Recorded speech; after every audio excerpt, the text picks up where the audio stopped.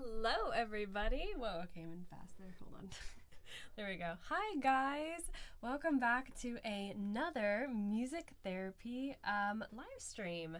I'm Holly Dayle, and this is my father, and his name is Toby Holly, and he is a licensed mental health counselor. Delighted to be with you this evening. Yeah, and so we are going to be looking at another really cool song today. Let me go ahead and put up the name of it. Okay, so today we're going to be looking at a song by Micah Tyler. Is that how you say his name? You get it. And it's called Different. And this song came out in, let's see here, it says September 15th of 2016. 2016, yeah. Yep, and we're going to go ahead and we'll jump into the song in just a second. But really quick, do you want to go ahead and give us a brief rundown of what we're going to be looking at in this song today and what it's going to kind of help us process through? Sure. In our last stream, one of the viewers posed the question, what is music therapy? So just briefly, I'll answer that, and then I'll be glad to talk about the song Different.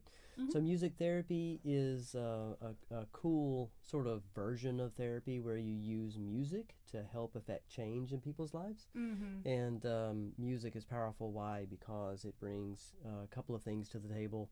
With the instrumentation of music, you actually have like a mood or an environment created, and then naturally the lyrics have a message, and so you can combine the musicality in a song and really help open up maybe a mood that is necessary in order to bring change in your life, some kind of desired change. So music therapy is a really cool kind of new thing in my field.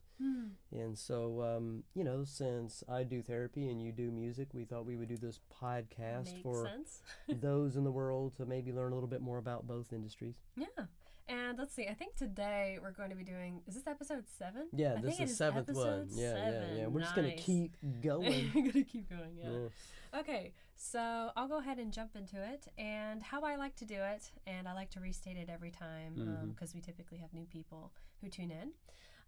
What I do is I go through and I'll play the song for us, and we'll kind of listen to the words and the music that's going on in the song. And afterward, I will go ahead and reread whatever section we just listened to in the music. So that way we get a better view of the lyrics themselves, and we're not kind of like, just lost because we were listening to the music while we were listening, or basically it's just a little refresh before we kind of dive into some thoughts about the song itself. Fabulous. So yeah, all right, I will go ahead and play that for us. So let me pull up the song. That's my song. That's not the right one. That's a nice one. Oh, okay. So here is Different by Micah Tyler. And we'll look at verse 1. I don't want to hear anymore. Hopefully it's loud enough. Teach me to listen. I don't want to see Ooh, I love the piano. Give me the vision that you could move this heart to be set apart. I don't need to recognize the man in the mirror. All right, and that was verse 1. Verse 1. Yeah, that was verse 1. Okay, I was just rereading it just to make sure. Immediately off the bat, I know that was like super quiet. I'm gonna like turn up the volume. Yeah, the volume was way low. There we go. Hopefully y'all heard that. Anywho, so the first thing about this song that kind of like stood out to me was the music in the background was a little bit different compared to the music that came out, especially in the Christian industry around the year 2016. The music seemed very kind of like grand piano heavy, if that makes sense. There wasn't a lot of like synth going on in the background there, which is really cool. I love that. So yeah, immediately that's the first thing that kind of came to my mind. Okay. And yeah, I'll go ahead and read the verse for us before we actually dive into some thoughts here. So yeah, here is verse 1. So it reads, I don't want to hear anymore. Teach me to listen. I don't want to see anymore. Give me a vision that you could move this heart to be set apart. I don't need to recognize the man in the mirror. Yeah, those words are pretty deep. I was just going to, say that's that. Deep. Before we maybe look into verse 1 in particular, just a quick comment about the whole song. So, as we go through it, it's better understood. Right. When we talk about different, we're talking about a whole person transformation. This is meant to be a substantial change in the person themselves. I would say all the way down into your character. Okay. You know, it's a very deep change. And one fun way to think about it is, if Jesus were you living your story, how would he do it? Like, maybe if you're like a car salesman, okay, and you sell cars for a living, you know, if Jesus were you, how would he sell cars? Like, what would be his strategy of selling? I think I'd be convinced. Yes. and then too, if like you're a step parent, a stepmom, stepdad, and Jesus were raising those step kids, you know, how would Jesus raise those kids, right? So just kind of keep that in mind as we go through the song, and this almost plea for being different. Yeah, that's so good. That's the thing. Verse 1, line 1, really kind of cool. It talks about hearing versus listening. Right. I don't want to just hear, I want to listen. Teach me to listen. And so hearing, the way to understand that is, you know, in one ear and out the other, whereas listening is much more kind of taking it in, drinking in whatever truth that you're hearing and allowing it to be a transformative thing in your life. That's listening is a deeper, more active, engaging way to do it. Yeah, so it's kind of fun. That is good. Yeah, I think literally on the point you were just saying, the thought that kind of came to me while I was listening to this song was immediately kind of in the first verse. I kind of felt a sense of kind of urgency in the song. I think some of the lines that made me think that was the way that he started the song was, I don't want to hear anymore, teach me to listen. Right. I don't want to see anymore, give me a vision. Like the negative words, like I don't, and it kind of like draws my attention to that sense of urgency. Yeah. Like I don't want to hear anymore. But it's also, the tone for me kind of set this idea of a deep desire for transformation. I think he's kind of expressing here, like, it's enough just going through the motions. I want to really listen and really understand. Yeah. And let God guide me to become a better version of myself. I think that's basically a better what you said. version of yourself, exactly. Right, yes. Yeah. And that was kind of like the thought process that I took from that. But yeah, okay, so that was kind of verse 1. I think that was a pretty good way to start this song today. Let's go ahead and jump into, let me take a look here. The pre-chorus. The pre-chorus and the chorus. I think what I'm going to do is I'm actually just going to go ahead and play both, because the pre-chorus, I think here it says, it's just 2 lines. So we'll just go ahead and jump into the chorus right after we listen to it. So here is the pre-chorus and the chorus. I can't waste a day. I can't stay the same. I wanna be different.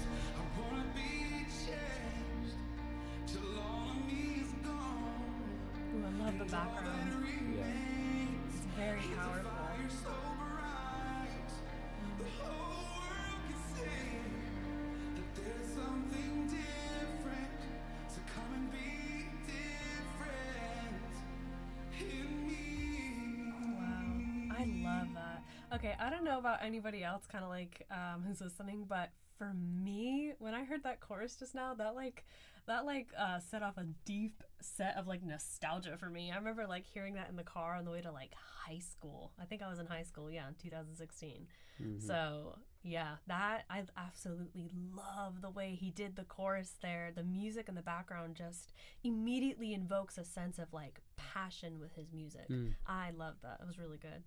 So before we jump in, sorry, I'll go ahead and read the chorus for us. Good. So the chorus reads, I want to be different. I want to be changed. Till all of me is gone and all that remains is a fire so bright the whole world can see that there's something different. So come and be different in me. I love that chorus. That was really well written. That was awesome. The message, like, for me was really clear there. Yeah, so we have the pre-chorus and the chorus, which we just went through, and whenever I look at the pre-chorus, which is very short, I kind of envision a person, almost I hate to say in despair, but you know, just like frustration with themselves. You know, I have to be different. You know, there's something really kind of urgent going on there in the pre-chorus, and the chorus is this maybe mantra. You know, it's like a message, and I think it's repeated 3 times in the song. So it's a pretty long chorus, and the message is persistent throughout the whole thing, and which, you know, I really appreciate the messaging of the chorus. Which is what really brought us to the song to start with.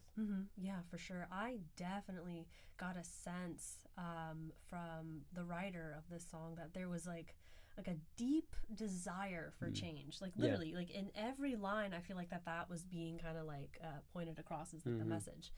And I think also in this chorus, he kind of invites God's like intervention. Kind of like asking for change to happen within his whole asking for person. Help. Right, yeah. It's just, for me, this was like a beautiful expression of like faith and surrender. You know what I mean? Sure. Yeah. So that's kind of what I took away from the chorus. And maybe just a final note before we move into the next little piece. I think, you know, most folks are familiar with the famous chapter in Romans, I think it's chapter 7, that talks about, you know, I do things that I don't want to do. I think he even uses the word hate, you know, but I do them anyway. So there's this kind of deep, like, frustration with maybe something that you keep doing, but you don't want to do it anymore. And so there's this call to God for, you know, I want to be different. Help me be different. That's true. What it kind of comes to my mind when I listen to the chorus. Yeah, I totally agree. Okay, so let's go ahead and jump into, let's see what's next. It is verse 2. Yeah. Yes. Okay, here's verse 2.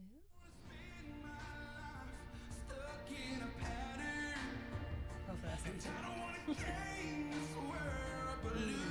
Hold on. I'm sorry. I want to go back just a second. I heard his voice there, and that was really good. The passion in his voice there. Let's see. Let me back it up. I really got like the emotion he was trying to get there.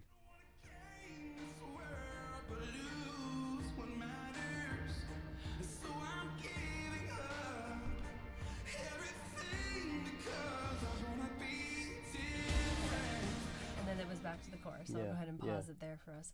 Yeah, the verse 2, I really got a sense of like emotion that's kind of like coming out of his voice there. That seemed like a little bit different compared to verse 1, the pre-chorus and the chorus for me. He seemed like he put emphasis on certain words like gain. Yes. Was really strong. Yeah, I think for me, what I heard from that is he's really pouring out like his heart for like this deep desire of change. But like even in the word change, I think is where I heard that. Okay. Yeah, it was for that word, but that was really good. Let me go ahead and read verse 2 for us, and then we can jump into your part, which is like the analysis. Sure, yeah. Okay, so here's verse 2. So verse 2 reads, "And I don't want to spend my life stuck in a pattern, and I don't want to gain this world, but lose what matters. And so I'm giving up everything because," and then it jumps back into the chorus. And before we kind of jump into the analysis, there's one last thing. I noticed, I think Toby Mac says the same similar line in a song. I don't know if that you heard that, but it's gain this world, but lose what matters. What was the song for that, for Toby Mac? I don't remember what song that was. Like, I can hear it in my head, but I can't place which song it was. It's a fun song. It is a fun song, yeah. I was just trying to think of it. I think he sang it with Kirk Franklin, if memory serves me right. It's a really, really fun song. Yeah. Have we, was that the song we literally looked at? No. Okay, I was going to say. We'll look at that one next. Okay, good We'll do plan. that one next. Good plan. That's a good idea. That is a good idea, since we were just looking at this line. Right. But yeah. Okay, go ahead. Your I analysis. in this particular verse 2, the line, actually, this is pretty genius. Line 1 talks about being stuck in a pattern. And this is probably what I do pretty much most days. I'm tempted to say almost all day long. What we do in life is whether we know it or not, we create patterns or habits for ourselves, and sometimes those can be really, really destructive. And if you want to be different, you're going to have to change those patterns and create patterns that are actually life-giving and productive, and quite frankly, like Jesus. Yeah. And so his statement about not being stuck in a pattern is man, that's absolutely the bottom line. And so looking at oneself and finding those negative patterns, isolating those, and then retraining yourself out of those patterns, that is how one becomes different. Oh, yeah. That's good. Yeah, especially focusing like on the spiritual growth, even if it means kind of like saying goodbye to things that the world might consider important. You know, I think that's something, especially in kind of my age group, that should be a message that's really like spread, because like there's a lot of like ideas with different like cultures and groups and everything. Like what was one, like the hookup culture. Me and my like D group were talking about that the other day, just like the whole concept of that, and how it can really hurt people, you know, be destructive in your spirit and everything like that. And it's not supposed to be that way, but there is like a sense of something that is important that people are trying to grab through that, if that makes sense. So saying goodbye, that concept, saying goodbye to things that the world might consider important are actually not, you know, fundamental like needs to you, if that makes sense. Yeah, because they're keeping you from being really who Jesus means for you to be, which is the healthiest version of yourself. Right, exactly. Yeah. Okay. So that was verse 2. So now we're going to jump right back into the chorus. Cool.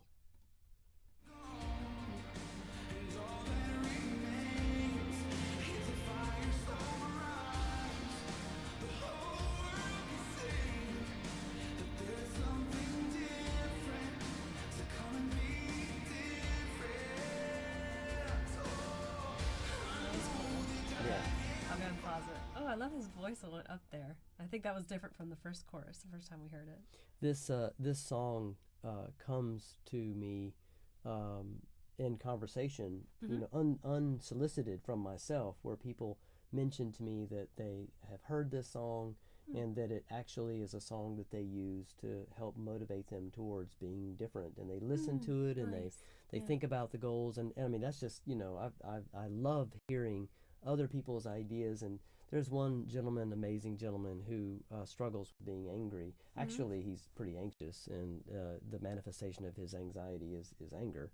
And he listens to this song with the distinct focus on trying to be more in control of himself, you know, having self-control. Yeah. And that's a difference for him that is a big deal, because he's undermining relationships with his hostility. And so he really wants to be different, you know, and That's so good. I really appreciate his use of the song, so it's kind of fun. That's awesome. Yeah. All right, so should we jump into the bridge now? Yeah, sounds good. The bridge, yeah, it's good. Let me pull it up here. I lost it. Hold on. There we go. Here is the bridge, and yeah, and then I'll go ahead and read the bridge for us, and we'll get into the outro after that. Perfect. Okay, here we go.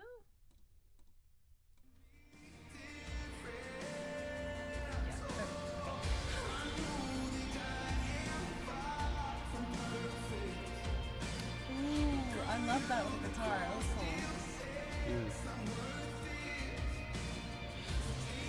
Like a little riff in the background. Huh? A little riff in the background. Yeah.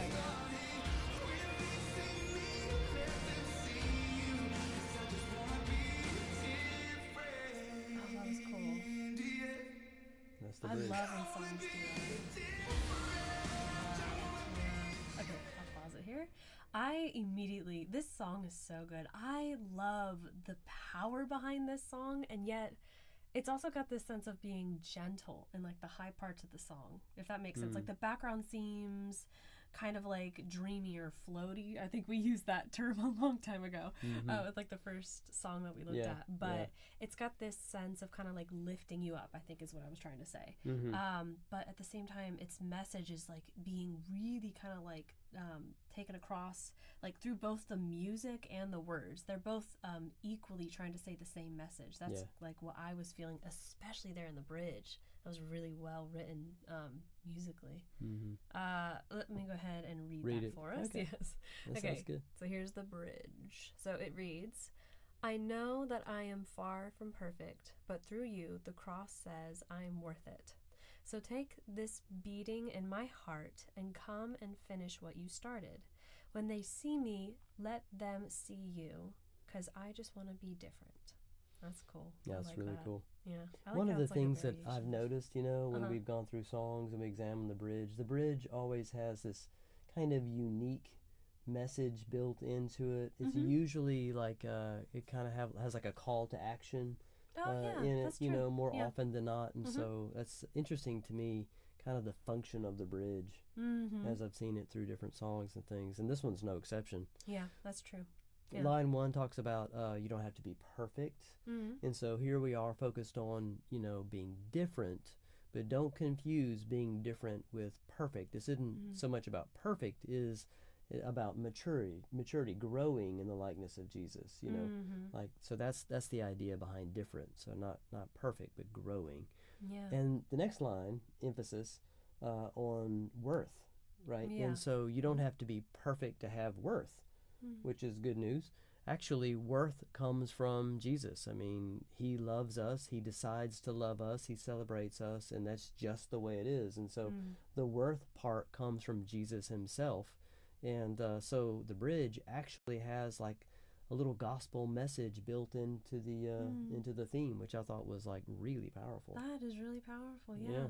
I love that. I love how it also feels like he is kind of laying it all out here in the bridge. I think basically, like you were saying, it's kind of acknowledging his imperfections, and he's taking that and placing his trust in God's love and his grace to continue kind of transforming him. Even though he's not there yet, he understands that, and he's like, I desire to be perfect. So let me place that trust in you, because I know the only way I'm going to be able to achieve that is by placing that with you. Yeah.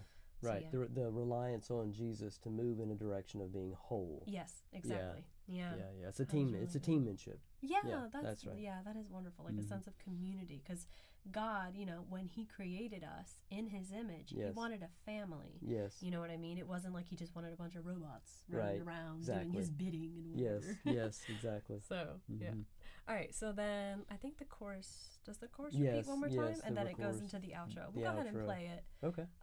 Hopefully, I think it's 37 seconds, so it's probably fine. Okay. Yeah.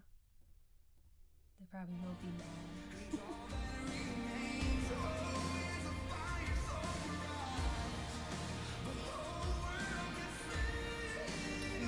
That was cool. I like that. I forgot he did that.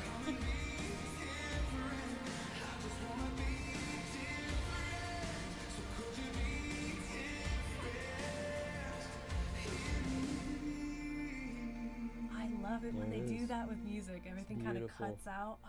I feel like that makes the song even more powerful if it wasn't already powerful like before. Like just that effect in music can really drive home a point. Yes. And I also love, I didn't notice this before, but I think in every chorus he actually does a little bit of a different riff on the word me.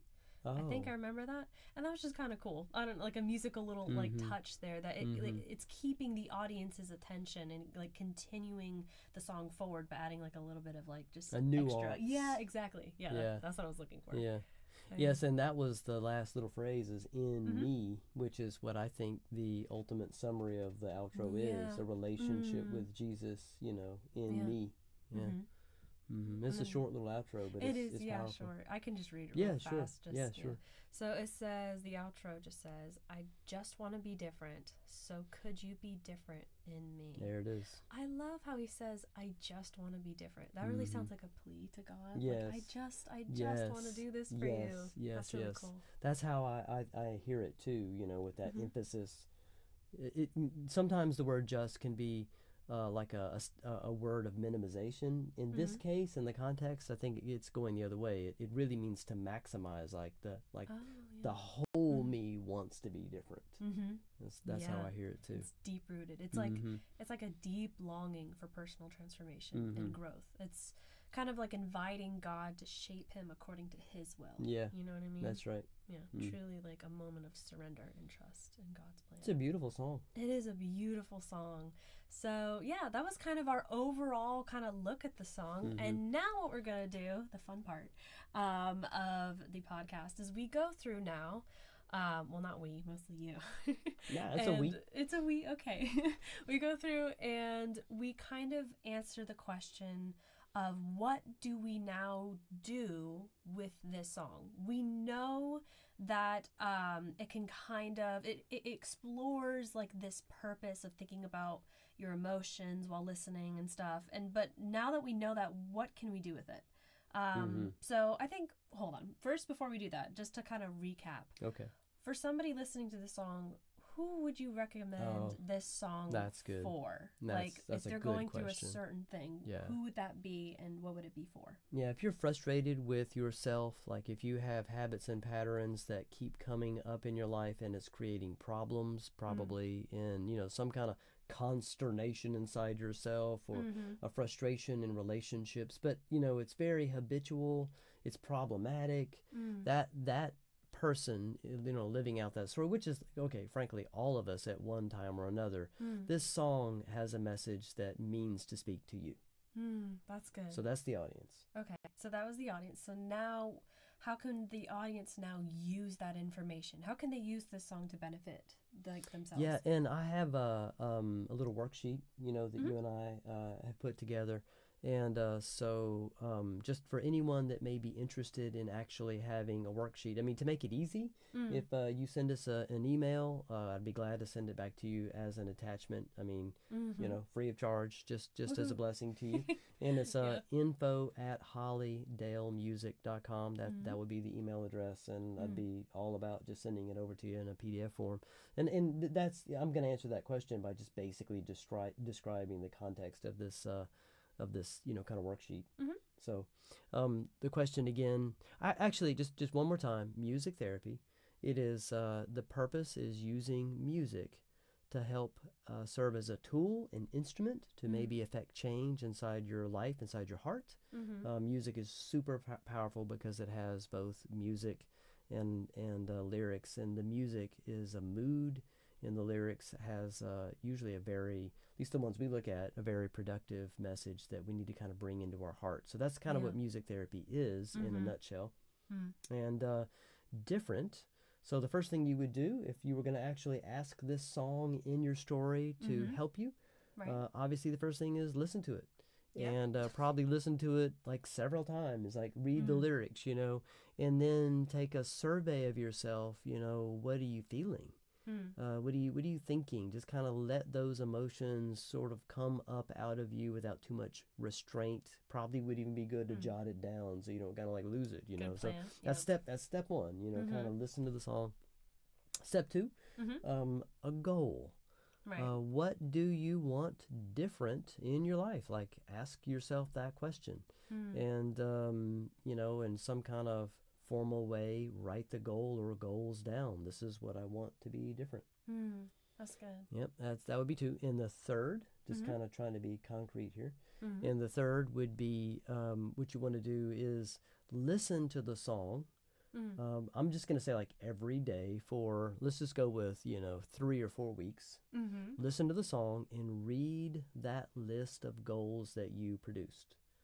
Just kind of bring together on a regular basis the goals and the song. The song in this case serves as inspiration, kind of energy. It's again a mantra, a prayer is probably a better word. Right. It's a prayer that you're using as you pair it with the just kind of the vision of these goals. Okay, so that's 3. Right.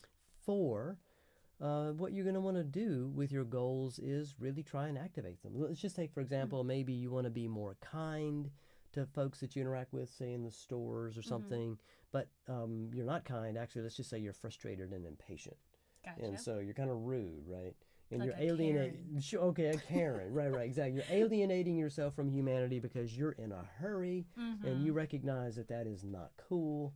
And so, kind is the idea. You want to be more gentle, more kind. That would be the goal. Okay. Well, you want to go ahead and start trying to do that. Think about this song. Think about your goal. Think about the transformation. And let's just say you drop the ball. You don't do that. I hate to say, become but a Karen. yeah, right. Let's say you already are a Karen.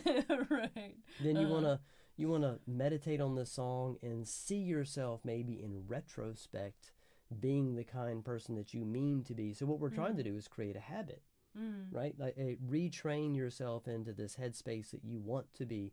Again, using the song as inspiration to kind of push you forward through up to the accomplishment of it.